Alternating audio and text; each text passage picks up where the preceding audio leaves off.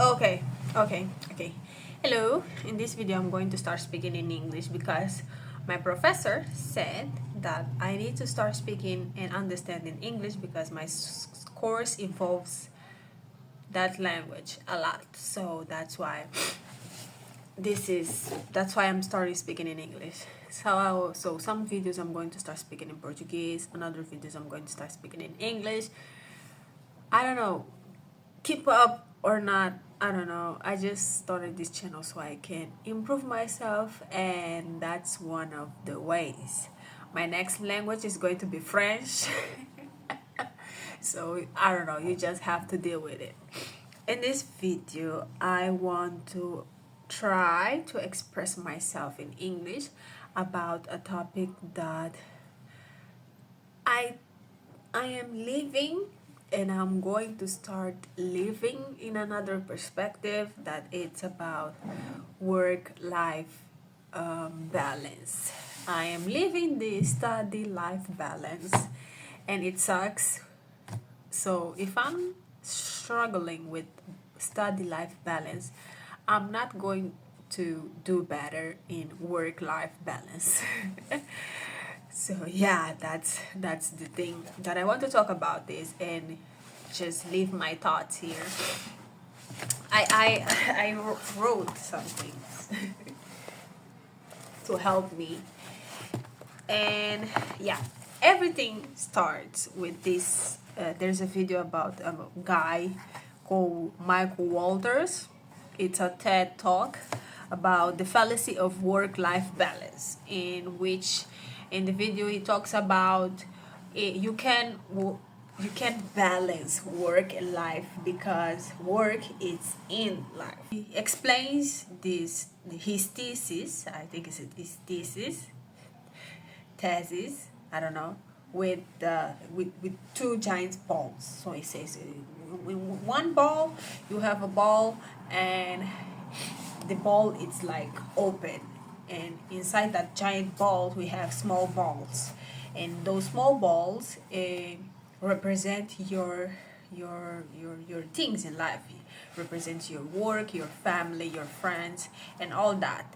And when you try to balance, it's like balance a big ball with a small ball, and of course that's not going to happen. The life ball, it has to be shut, and you just have to move it around. It's about prioritizing. It's about prioritizing things. He explains that if you get sick, you can work. So don't don't do things that will make you sick.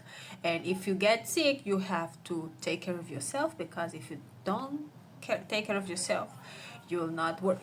I don't know how to explain, but he explains that everything in your life is connected. Okay, for one thing to work, another thing has to work.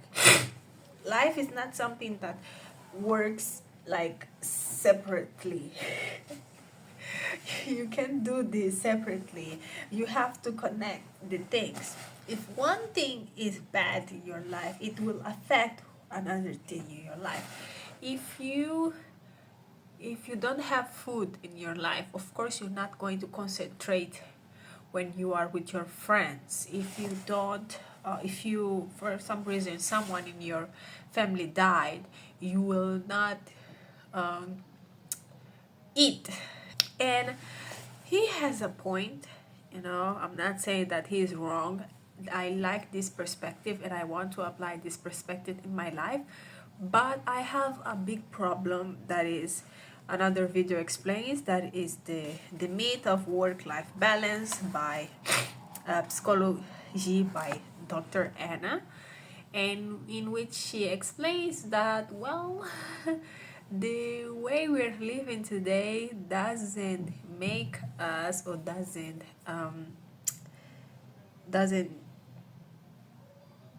let us have a space so we can do other things, you know.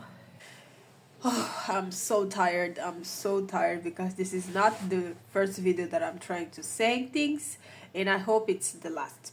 So let's do it.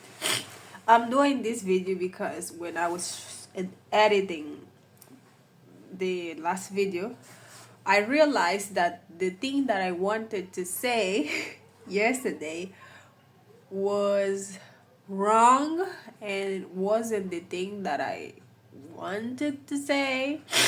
So I'm redoing it now. Oh my god. And I just want to say, first of all, that expressing myself in English, it's so hard. Like, I know English, I can understand English, but speaking in English, it's hard. Okay? Sometimes I don't have the words don't come out of my mouth. Sometimes I just pause and there's no words in my head. It's a mess. It's a mess. But what I was trying to say here is that both of the videos, they say the right thing, you know. Work-life balance is a lie because the way we are living today doesn't let us make space to do all the things we want to do or we need to do.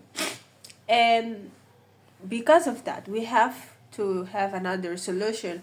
And the solution for me is the first video, when the guy says that we need to see life as everything is connected. It's not trying to say that because of that we will do everything we want to do.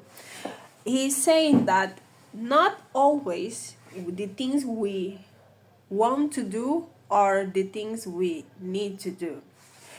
For example, let's say you have so much work to do, but your room it's so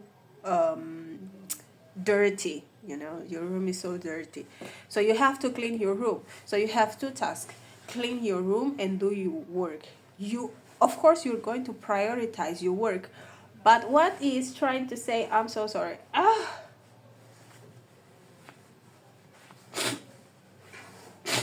Okay.